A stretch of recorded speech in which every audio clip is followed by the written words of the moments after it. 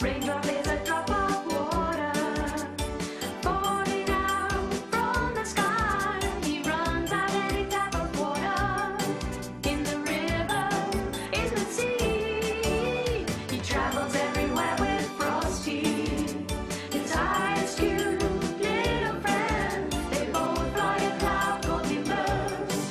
Dopey and Blue will always follow them, Polluting everything. water means life. Don't waste it, you must keep it. Water means life. 'Cause water's your friend.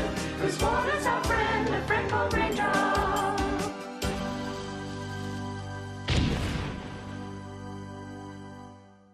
Frosties World. The poles, permanently covered in ice, are the natural habitat of Frosty, and are also the cleanest places on the planet. Only here shine the auroras, and it is also home to almost 90% of the Earth's fresh water. For millions of years, its purity has hardly changed, but in the last century, pollution by man has begun to affect these beautiful places. Remember to look after this wonderful purity. It shows how healthy the Earth really is. The growing pollution shows us that the planet is beginning to become very ill.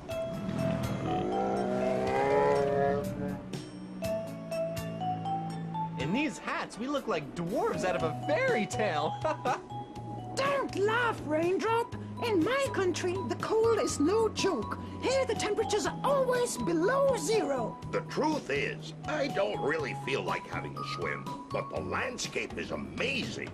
It's one of the most beautiful places on Earth. The only people who live here are called Eskimos. I suppose their diet consists of fish and seals. And the odd polar bear when they manage to catch one.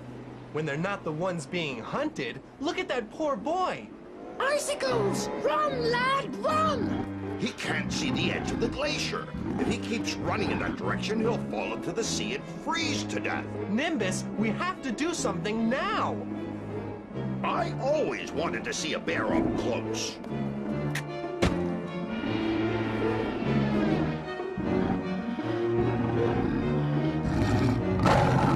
Crumbs! That bear's gonna kill him!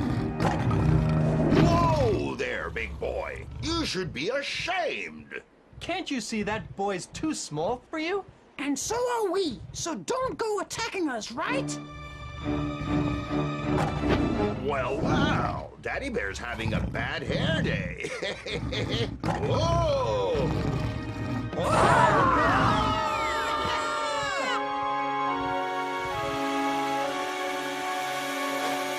Okay, let's take this bear seriously. Come on, friends. Let's teach it some manners. Hey, you wretched bear. You won't catch me again. Oh.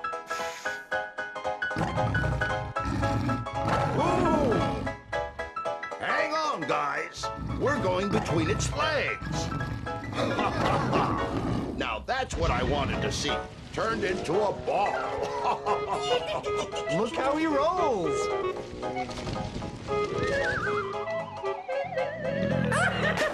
That little dip will cool off his hunting instinct.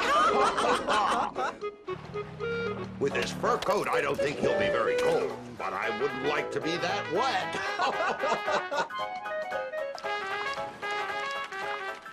Hey, watch where you're splashing! Gosh, that is cold. How'd you like that, Bear? He got what was coming to him. Hey, who are you? Where did you come from? Jeepers, he's talking to us. No humans ever talked to us before. How does he know that we're here? I thought we were very special and no human could see us. Well, in this land, the Eskimos live in close contact with nature, and that's why they're very sensitive to natural phenomena. Are you spirits of the glacier? Well, yes. You could say we're glacier spirits. Without us, the glacier wouldn't exist. It's frozen water. Water in its solid form, like me. And seeing how we're spirits, we're also the spirit of your breath. Look! That little cloud you exhale is nothing more than little drops of warm water from inside your body, which condenses into vapor on contact with the cold air. As you can see, we're water. And water is present in all life forms.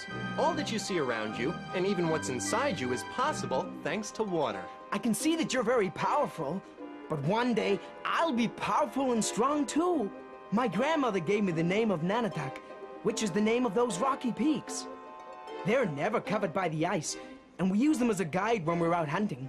Have you gone out hunting alone? No, my father took me to the ice fields to hunt for seals. But the ice fields are very unstable places. The ice forms on the surface of the sea in very thin layers, and waves constantly break them, creating a very sheer terrain. It's the seal's favorite place, and that's why my father wanted to go there. But the ice moved, and Daddy fell into the crevice and broke his leg. Poor man. Where is he now? I did what I could and helped him build an igloo. But building an igloo on the ice field isn't very clever. I couldn't leave my father without shelter. He would have frozen to death during the night. You're right there. Sometimes at night, the temperature drops to 70 below zero. His leg hurt him a lot, and he was very thirsty.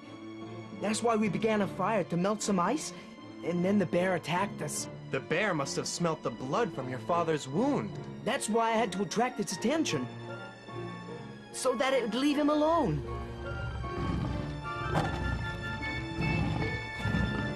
Oh!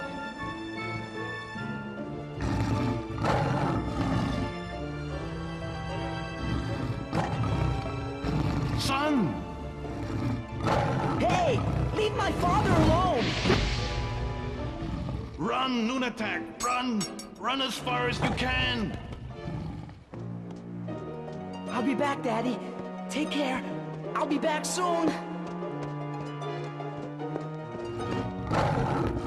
Spirits of the Glacier, protect my son.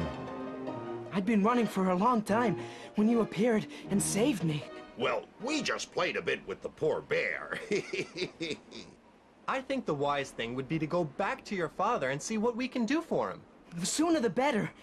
In his condition, he's in great danger. If you like, I can go up a bit and see where the igloo is. There's no need. The Nanatuk shows me the way. I just have to go towards it, retracing my steps. On the other side, we'll find my father. Well then, I really like talking with that boy. We should have tried talking with humans before. Maybe only a boy like him could talk to us. He has a lot of imagination, and in this land they believe in all sorts of spirits and supernatural things. It really is a special place. Anything could happen here. Wah! The ground, lad! Jump!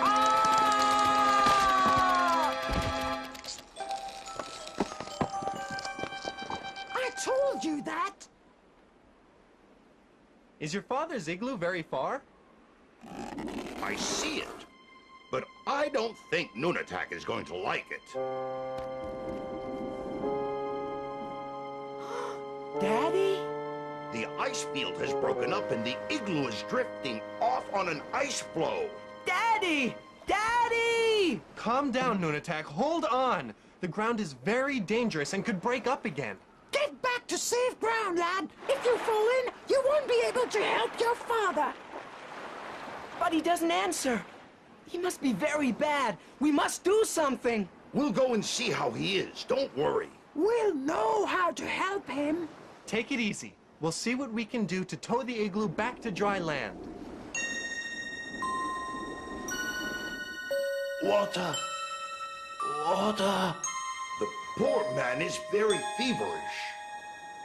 He needs water at once, or he'll be in danger of dehydration. That's not going to be a problem. Hi there, friend Ice Block. Hello, little cloud. What are you doing here? I'll tell you later. Now, although it's not hot enough for you to melt. We need you to melt a little and drop water into that man's mouth. The poor man's on the point of dehydration. But I'd melt myself, but I'm very small, and I'd hardly be able to give him water. And you see, it's really important that he drinks. Okay, okay. No need to ask again. Let the drips begin.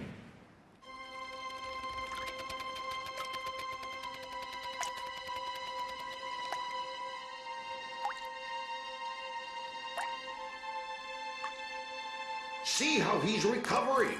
He really needed that water. We'd better go to your village. There, we'll find people who can help your father get back to dry land. We're more than 2 days from the village. Help will never arrive in time. Well, we'll just have to think of another... Wah! What's that? You're frightened of a wooden dragon? A wooden dragon? It's the bow of a drakkar, a Viking ship, which was probably trapped by the ice hundreds of years ago. Gosh, a Viking ship. The tremor which broke the ice almost certainly brought it to light again. My grandfather has told me terrible stories about Vikings whose ships were trapped by the ice. But that doesn't happen nowadays. They say that there are still bands of savage Vikings roaming the ice, lost in time, waiting for the thaw to freeze their ships so they can return home. They're surely just legends to scare little children. The Vikings that roam the ice catch the seal hunters and make them slaves. Sometimes they even sacrifice them to honor their gods. Bah! Humbug! Warrior Vikings are just a story! Oh! A savage Viking? Really savage! Little child of the ice.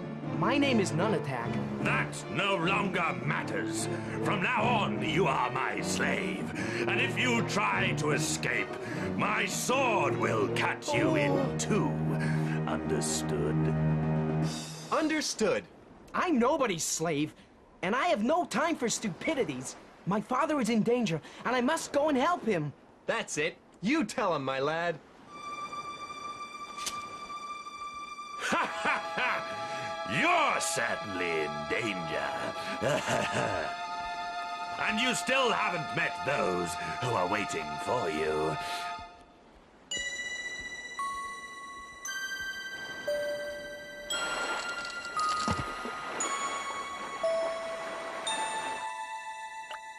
The ice floe is melting.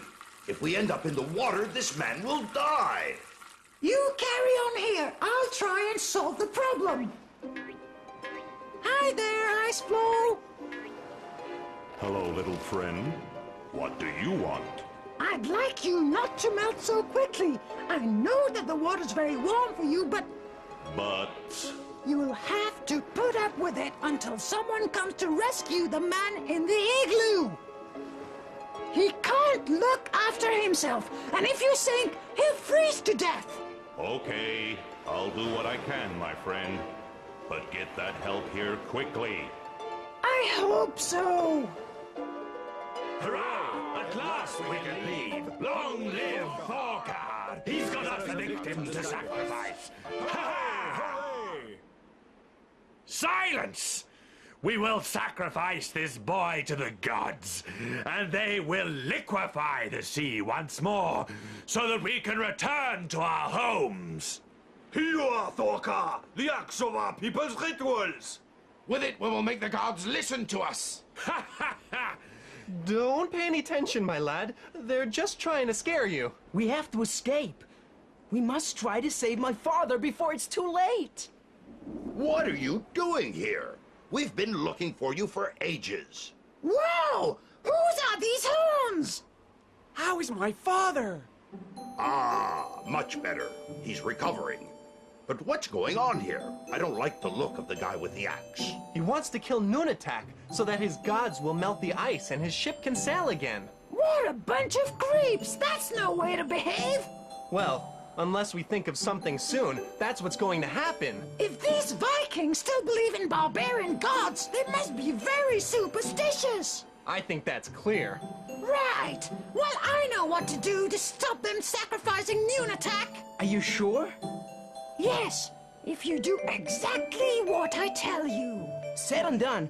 What do I do? And there we have some magnificent cirrus to make everything work. Are you sure this'll work? Of course, it'll be as easy as pie. But if it fails, they'll cut my throat. And if we don't try, they'll do it anyway. So it's worth trying, isn't it? Come on, Frosty. Getting to the clouds is my business. And I'm in charge of convincing my friends. Good morning. There's no time for introductions, but we'd like to know if you're cold enough to have ice crystals. Like, do we have ice crystals? We're almost out of water molecules. They're all frozen. Fantastic! With your permission, we'll go and give some instructions to your crystals. It's to save the life of a friendly boy. Go ahead. My crystals are at your disposal. Thanks.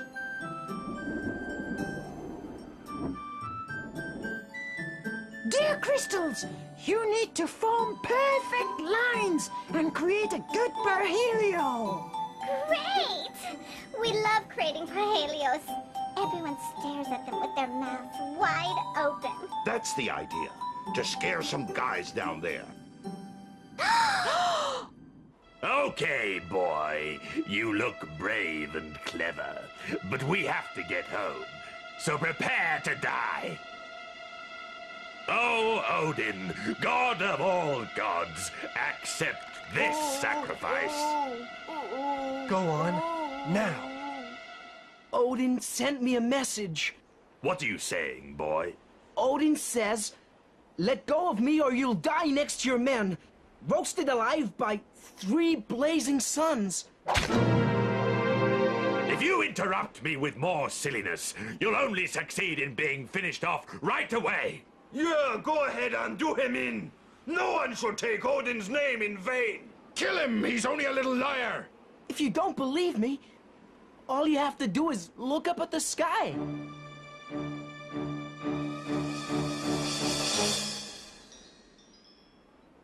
Now, friends, in horizontal position. Line up with the sun.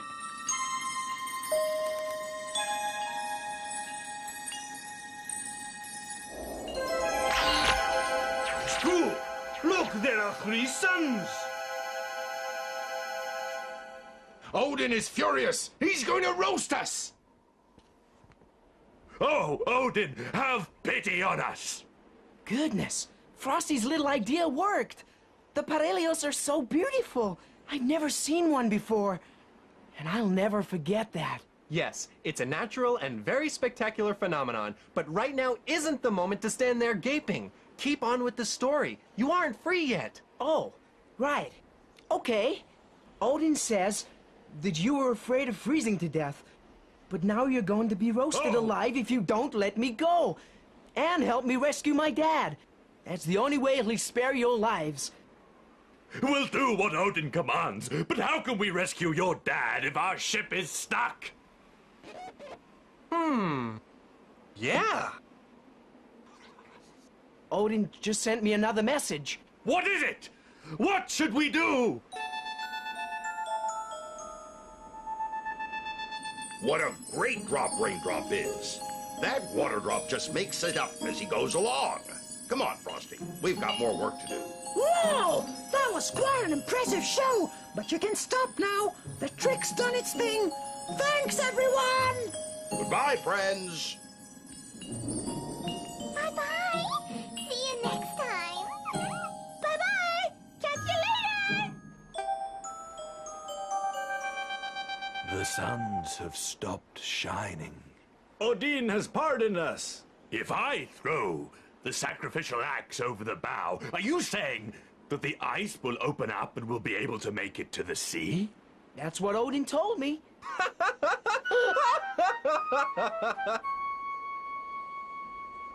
When the axe hits the ice, please thaw yourselves quickly. Don't let me down, please. The boy's life depends on it. Don't worry, we'll do it picture perfectly. Ha ha! If Odin demands it, I'll let go of the axe and sacrifice it, but it'll be lost forever. That's what we want. That the axe disappears so that you'll never sacrifice another person ever again. Go on, Thorkar, throw it. We want the ice to open so we can go home. All right, here goes. By Odin! My Odin! I almost got turned into a slush puppy! Let's go. In just a moment, this will be open sea.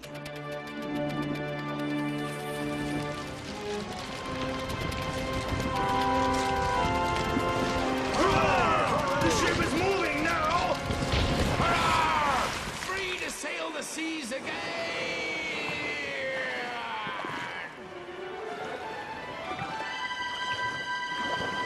Noon attack! Sun!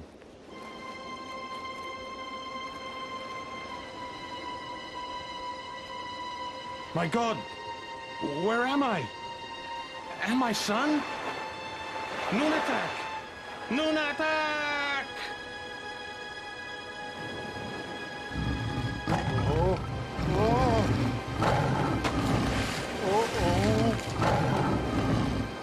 Oh! Here, Dad! Grab onto this rope!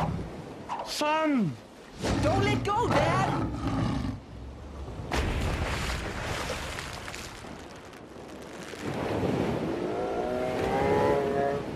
Now we're safe. And Thorcow will take us to the village. That's right. Your son freed us from the frozen sea, and we're very grateful. I'm going to bring a beautiful bearskin back for my wife! Don't do it, or the wrath of Odin will fall upon you!